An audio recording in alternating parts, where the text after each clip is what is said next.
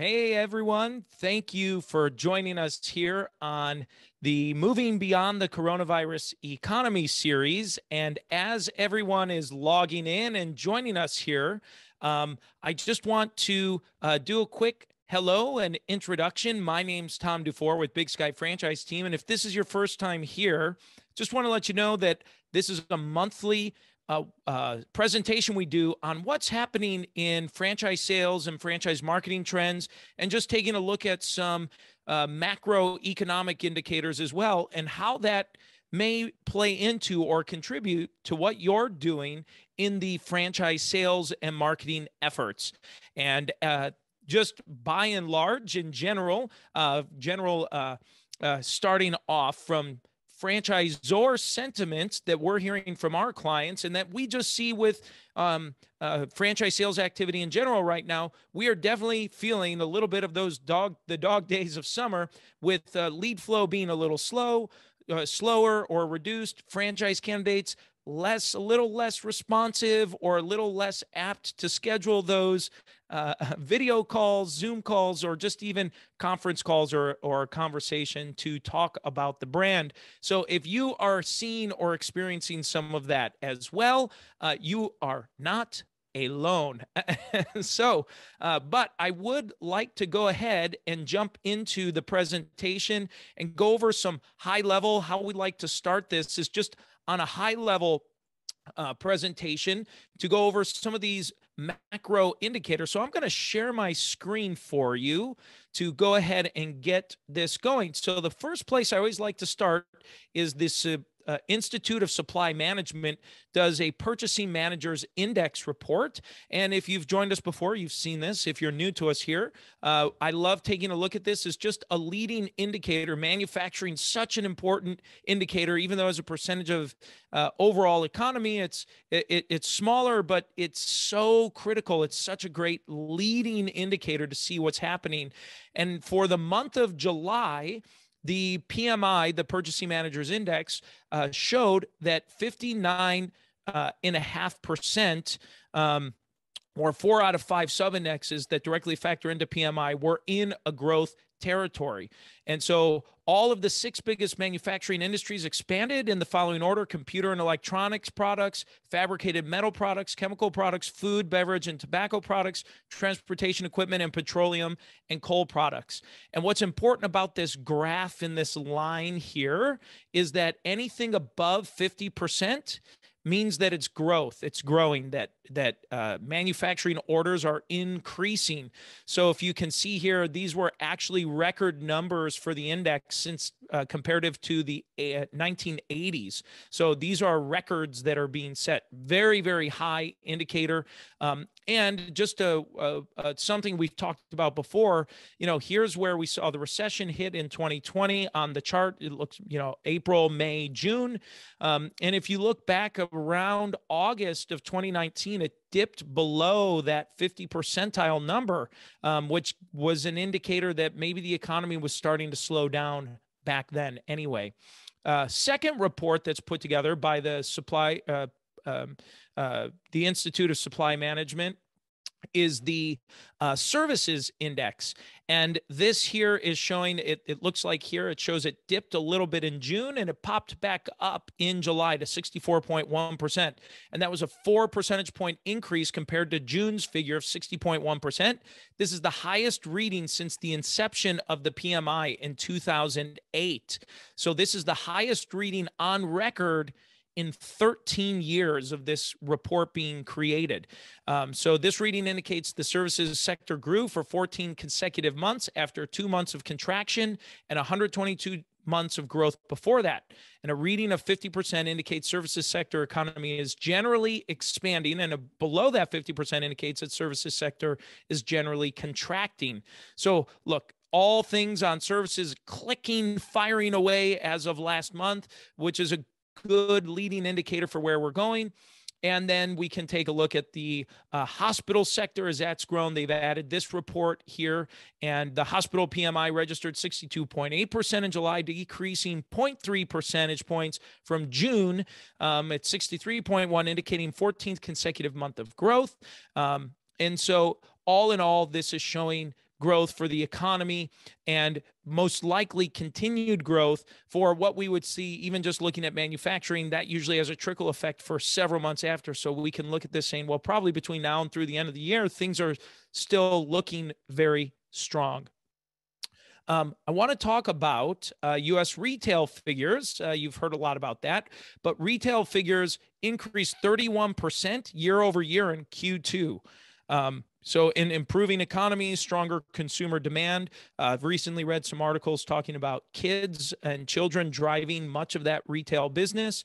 The overall retail availability rate, and this is through CBRE. If you're familiar with CBRE, this is the U.S. retail figures from their website. The overall retail availability rate fell by 30 basis points quarter over quarter to 6.2%. Total net absorption remained positive. Retail completions, it talks about here. This is an interesting one. Average retail asking rent increased by 20 BPS quarter over quarter. I'm guessing that's basis points that they described there. So 20 basis points quarter over quarter and 10 basis points year over year. So we're seeing average retail rent asking prices increasing. So as we're seeing that increase, these are, again, indicators that things are moving along in the right direction for the economy. Now, one of my favorite reports is through Franchise Insights and franchiseinsights.com. This is their Small Business Startup Sentiment Index. This is one of my favorites because it's focused on small business, which is where we spend most of our time. One thing for you to talk about, by the way, with prospects. So let's take a step back here, go back. I'm back on the CBRE.US report here on the US retail pricing. What this means, if we look at this right here where it says the average asking retail, I'll zoom in a little bit if you can see that. The average retail asking rent increased by 20 basis points quarter over quarter and 10 basis points year over year to $20.86 per square foot. What this means for you as a franchise sales and marketing person, if your franchise has any sort of retail component to it, which any restaurant, any retail business, obviously that's retail, you can look at this and say, look, the longer you wait to move, the more expensive rent is going to get. So any interest in thinking, well, maybe I'll wait for rent to come down or for vacancies to pop up, that doesn't seem to be the trend here. It does not look to be happening. It looks like retail is actually going up, which means vacancy is most likely increasing. If prices are going up, that means reduced supply or increased demand with the same amount of supply. And so therefore prices are going up, which means if you're going to get into it, they need to move sooner rather than later if they're going to do it. And so if you're in a retail or food-based franchise, this is data and information for you to share. Okay. And same thing for looking back at the manufacturing index. I forgot to give a quick point of reference here. This is just a great leading indicator. So if someone says, well, I'm not sure what's going on with the economy, I don't really know. What about, the coronavirus? And we'll talk about the coronavirus here in a second as well. What about all these things that are going on? Well, if we look at this manufacturing purchasing managers index report, it's showing that manufacturing purchasing agents are feeling confident that consumer demand and demand in general is going to continue to increase, which is a good thing for many months to come. So keep that in mind. They're buying parts and supplies for goods that are going to get manufactured and sold maybe 6 months from now, maybe a year from now, by the time that the actual sale happens. So just keep that in mind for folks who are overall concerned. And speaking of the coronavirus, let's just go ahead and take a look at this. Is the CDC, the Center for Disease Control and Prevention. I always forget all the acronyms here, but this is as of right now, as of yesterday, it's showing here for August 17th. So it's showing what's happening. This is the total number of cases in the United States. And this red line is the 7-day trend line. And so what I think is interesting to see, while, what's making headlines are these big spikes in cases, which may be showing that maybe there's seasonality to this virus. But what's looking good is you starting to see this this curve starting to round off. It looks like it's starting to round off. So maybe it's starting to slow down here and hopefully come back down. Now, what's a really good sign that I don't hear talked about very often, but when you look at the numbers, is previously when we would see those huge spikes, this is the number of daily deaths. And I know it's morbid to talk about, but this is important for you to know and to be able to maybe share or talk about with your franchise candidates that are maybe nervous right now about this. And this is to show how, if you looked at, this is daily deaths. And if you notice that these curves from last year and into early part of this year, the deaths coincided very clearly with very consistently with the number of cases. So as cases increased, the deaths showed a very similar path. Well, that is not the same as of right now. Look how much smaller this uptick in deaths is right now. And I don't want to diminish the importance of any life. That's not my intention here. It shows 554 deaths here, compared to almost 3,900 deaths back in the January time period. And so if you look at this curve here, look at this big spike, you can see these spikes happening previously, and you compare that to the deaths right now. And so to me, that's a good thing. That means that even though people are maybe getting sick, they're recovering, and that people are taking better care of themselves, and we're aware of what's going on. So that's a good thing just to be aware about, because I'm sure prospects, if they're not telling you about it, they're at least thinking it. Maybe I want to wait until I get through this next wave of stuff that's happening, or get my kids through the starting of school. I know we've had that situation in our own household with school starting and cases of the coronavirus and so on. But anyway, as just things for you to be aware of as we're thinking about that. Now, on to the Small Business Startup Sentiment Index. So let's talk about the Startup Sentiment Index. So this question is the one that they ask everyone: is now a good time to start a business? And so in the month of July, it showed that almost 66%, so 65.9% of respondents said they agree or strongly agree with that. So 67% of people almost, or 66% of people agree or strongly agree. Now that dropped a little bit from June. June was extremely high. It's dropped a little bit here in July, but still seemingly very optimistic. And you can kind of see the trend on the screen here, where you've got this kind of steady trend of uptick since August of last year. It's slowly been trending up from about low 50th percentile on up here to the mid 60s, where we're at now at about 66%. So you can kind of see that line starting to form there. So I think that's just good things for you to know. Now, they talked about what is the outlook on business conditions, and it remains positive. So 40.7% see business conditions getting better or much better.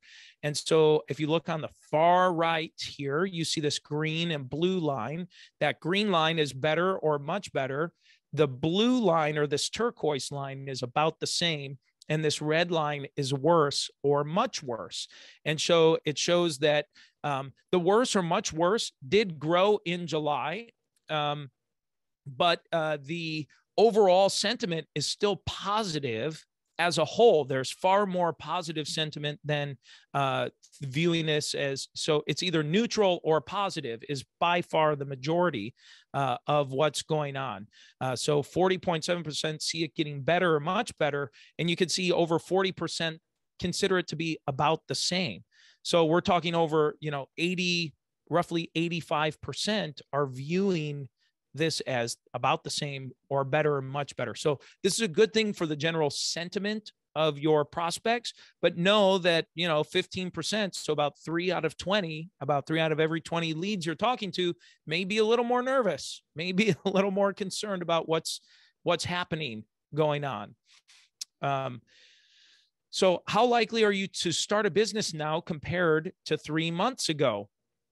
And this bright green line says much or more likely than 3 months ago. And this number is up pretty high. It's at 63.4%, about the same as at 25.6%, and less or much less likely is 11%. So that tends to coincide with the chart that we looked at previously as well. So startup intentions this month remain elevated.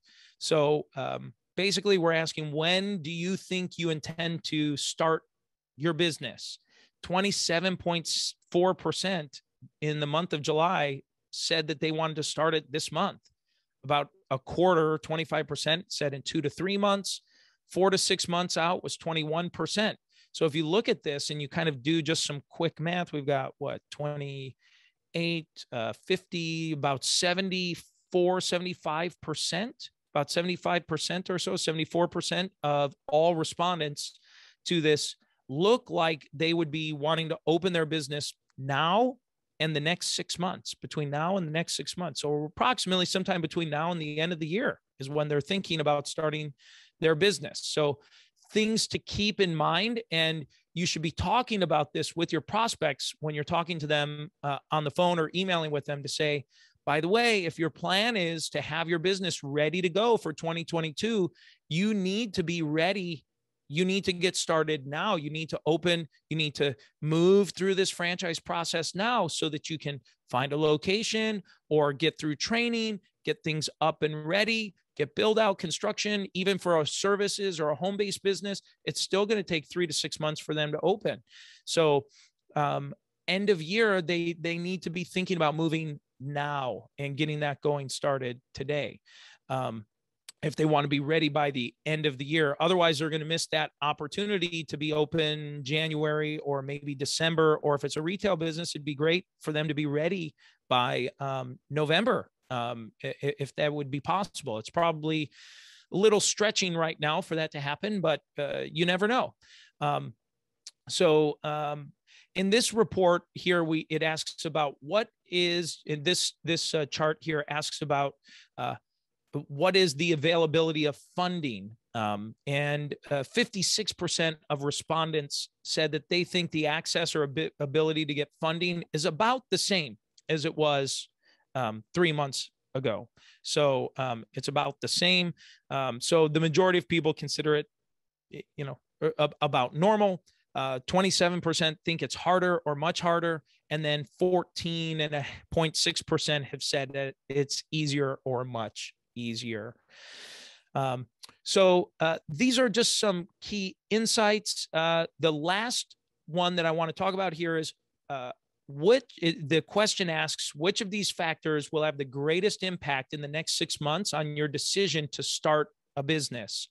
And I'll just go from these left to right. The number one reason, or the largest factor that people are saying will contribute to them starting a business in the next 6 months, is funding or access to credit. Far above and away. It's over 60% of respondents said that it's 66.9% for July, said that access to funding or credit is their number one reason that will impact their decision to start a business. The number two reason is the economic climate. And what's interesting on the chart, if you can see this here, I'm going to zoom in, or if you're listening in, the chart shows a steady decline over the last year or so, that the economic climate and outlook continues to be less of a concern for people who are looking to or considering to start a business in the next 6 months. So what that means, it shows for July of 2021 here that 22.5% of respondents view the economic climate as a serious concern for them in terms of starting a business. What that means on the other side is 77.5% of respondents don't think it's as critical of a decision, of a factor in them making a decision. What that says to me, if I'm in your shoes as a franchise development or marketing professional, I'm thinking, okay, the fear of the recession, the fear of the pandemic, of the coronavirus is subduing. It's subduing it. It may not be gone away, but I think people are recognizing the fact that we're probably going to be living with this. It's not going to ever, doesn't look like it may ever go away. It just may be part of, in flu season and now coronavirus season or something. That's at least what it looks like to me. So I think people in general are starting to maybe recognize that fear is starting to subdue, and that access to capital continues to be the number one concern there. One of the things I do want to go over, I just lost this, is a really cool report that came out from Franchise Insights. Again, this is at franchiseinsights.com. And this was a really cool report. This came out August 11th. So this came out about a week ago. And it said franchise prospects more likely to respond to email or text messaging over voice for an initial contact. And it reads, a majority of aspiring owners say that they're most likely to respond to an email as the initial contact about a franchise in the July 2021 mystery shopping survey by franchiseinsights.com. Text messaging was second in order of preference for initial contact, followed by a voice call when respondents were asked to rank voice, email, and text.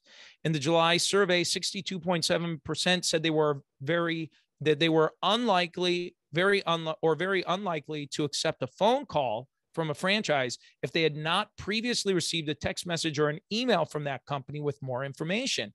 Email remains the most preferred channel at 53.4% of respondents.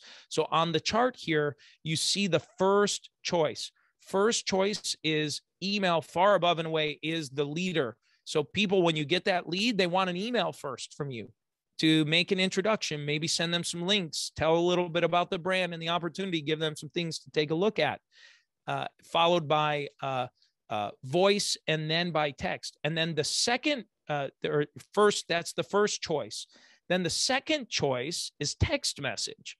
So send an email, and then maybe you'd follow up with a text message that says, thanks for inquiring. We'd love to schedule a call or send you some more information. When's a good time to schedule an appointment? And then the third choice was voice or a phone call. So I find that really interesting.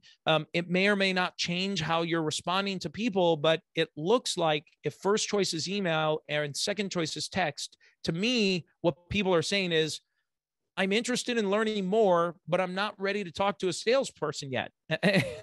I'd like just a little bit more information to get comfortable. So it's something for you as franchise sales professionals, and franchise marketing professionals to be thinking, how can we maybe incorporate some initial email contact or as part of our initial follow-up program to candidates. So I thought that was interesting, a statistic to take a look at. This article, let me see here, in Inc. magazine, does this give a published date? This was introduced to me. I'm seeing, here it is. No, but well, I thought this was interesting just to talk about because this was kind of cool. There's a 75-year study conducted by Harvard University. It's one of the longest studies ever done. And what they did is they took a look at, they tracked physical and emotional well-being of two populations, 456 poor men growing up in Boston from 1939 to 2014, and 268 male graduates from Harvard's classes of 1939 to 1944. Due to the length of the research, this has required multiple generations of researchers. Since before World War II, they've diligently analyzed blood samples, collected brain scans, and poured over self-reported surveys as well. And here's what they found. The conclusion is the clearest message that it says here. I'm skipping to this section here. It says the clearest message that we get from this 75-year study is this: good relationships keep us happier and healthier, period. So the takeaway of comparing, and there's a whole lot of info and stuff in there, but good relationships matter. It makes us healthier and happier. And so what can you take from that? Well, in the franchising business, I think it's a good indication to be focusing on how can you be creating and fostering positive relationships with your franchisees as they come through with franchise sales and marketing and onboarding, and using that sales and marketing process in the franchise to be building and developing a positive relationship with your franchise candidates. So that is what I was hoping to cover today. We've got a bunch of folks. Are there any questions? Please feel free, enter those into the chat box for us, or raise your hand or making us do something so I can see you and I'll unmute you. So any questions before we go? Or comments, discussions, maybe things you'd like to add in, that you'd like to add from your own, what you're seeing in the market today.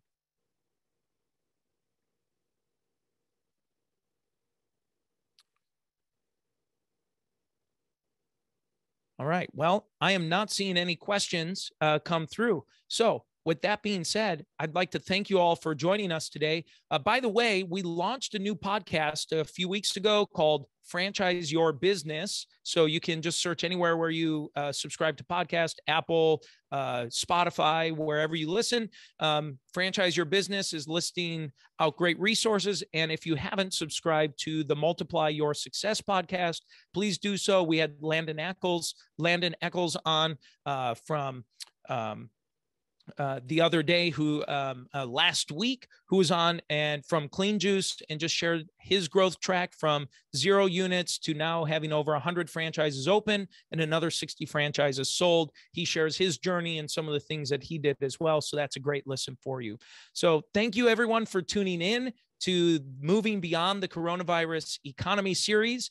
We've got some awesome guests upcoming, so be on the lookout for registrations. Have a great weekend, everyone. Thanks for being here.